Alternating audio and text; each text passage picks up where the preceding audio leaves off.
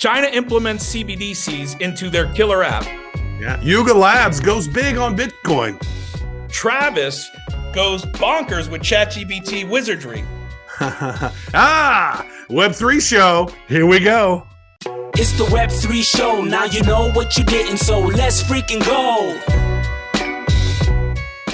Welcome to another Web3 Wednesday here on the Web3 Show. Travis, it's been amazing this last several days. That's so true. There's a lot of stuff going on in this particular episode. You know, what's going on in China? That's huge. And some of the other things that are going big, you're going to want to stay around to the very end of the show where we talk about some of the venture capital funding things that are going on in the space, which tells you that the Web3 world never sleeps. But what you really want to do is strap in right now and get warmed up because, Travis, it is time for Web3 Wizardry with Travis Wright. This week's Web3 wizard is none other than Corridor Digital.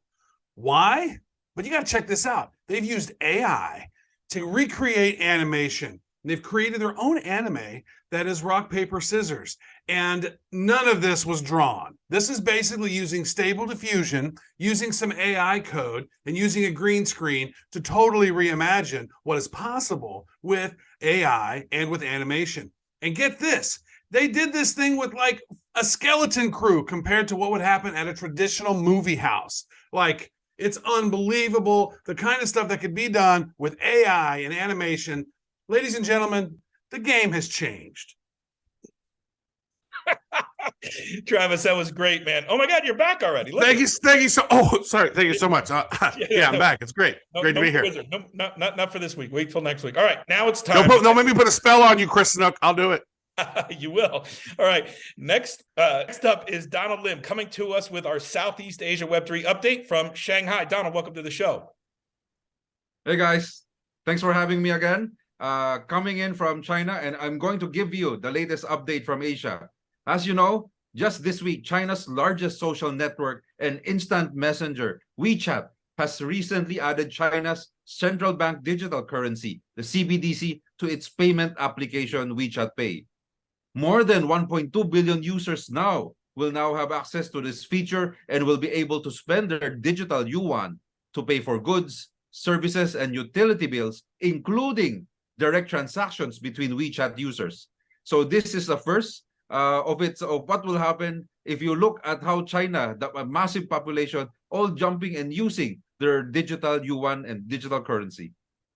Wow. So, I mean, Travis, I remember a couple years ago, this is 5, 6, 7 years ago, somebody was telling me that they were on WeChat and they were an American, they were running a company there, and they crossed the street and jaywalked, and literally the thing buzzed. This is like 2016. The thing buzzed and they had $20 or whatever the fine was pulled out of their bank account. So now this takes that to a whole nother level, right? Right. Like, now, I watched a documentary just 2 nights ago from Magnates Media, and it's got over 2 million views already. It's called The Secret Chinese Company That Owns Everything.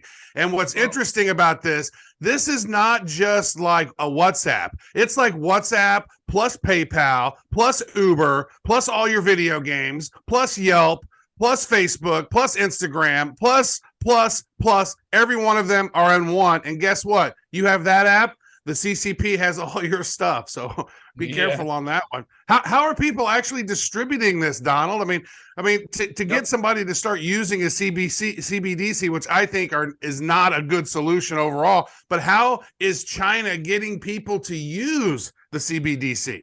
That's a good question, Travis. You know, the country is literally giving away millions of dollars of digital yuan through lotteries. So almost everyone is winning every day, and they want to incite usage from that. So with that move, China could be many steps ahead of everyone in the world. And if this continues, we see that they will become the de facto standard for international, commercial, and retail payments. This put the US dollar's days as the world's reserve currency at risk. Well, I think, I think there could be that. And then I also think, this is a totally different design around a financial system than what we're used to in a free market, right? Like, with monopolies and things like that. And so I think it's a major, obviously, coup for the CCP and digital innovation nonetheless. I'm not sure that it scales outside of a country like China, because I think although there's some benefits for governments to use CBDCs and solve the hoarding problem, that when you stimulate with cash, people might save it instead of spend it, which is what you're trying to get them to do. With CBDCs that are programmable, you can now make them expire and you almost force the payment. So you can create velocity in currency, which is key. But at the same time, as Travis said earlier, I mean, the data reach here is just unprecedented. I mean, this is kind of dystopian capabilities in the making. Yeah, and think of this is, CBDCs, if you don't know what that is a central bank digital currency. Those are smart contracts that are centralized and owned. You know how Kanye West got his bank account taken away in America that wasn't even a crypto? Well, imagine CBDCs can be programmed. And when they can be programmed, they can also be programmed to expire. And if you say things they don't like, they can make your bank account disappear, as Chris just referenced. So CBDCs are not a great thing when it comes to freedom of citizens. It's a great thing for controlling of citizens, however. And it's going to be wild to keep an eye on this. I've been wondering what's been going on with the CBDC over there. So I really appreciate that heads up, Donald. That's great information. Yeah, it's great update, Donald. Thanks for being here. We'll tune in next week. Guys, make sure you check out our YouTube channel too, because we'll be having some more shorts and things like that with Donald throughout the week as the months unveil. So, Donald, thanks for being here, buddy. Thank you. That is great, Donald. So much going on in Southeast Asia. Matter of fact, there's a lot going on in the Web3 space when it comes to funding, Chris. It sure is. And that's why we have Nova, our AI avatar, to keep us on top of it. What does Nova know this week? Hello. I am Nova, the Web3 Show news correspondent, once again bringing you the Web3 update. Yuga Labs has revealed an exciting new limited collection of 300 generative pieces on the Bitcoin blockchain. Additionally, Scroll has launched zkEVM on the Go Early testnet before their planned mainnet launch.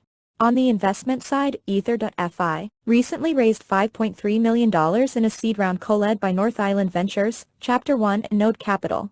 Hashnote has recently launched with a $5 million investment led by Cumberland Labs Incubator.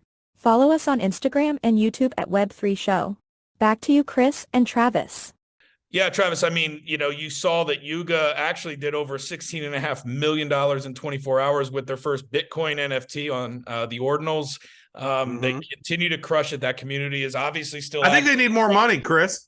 Yeah, you think. What's interesting, Travis, is we had Donald talking about the central bank's digital currency stuff that's happening in China.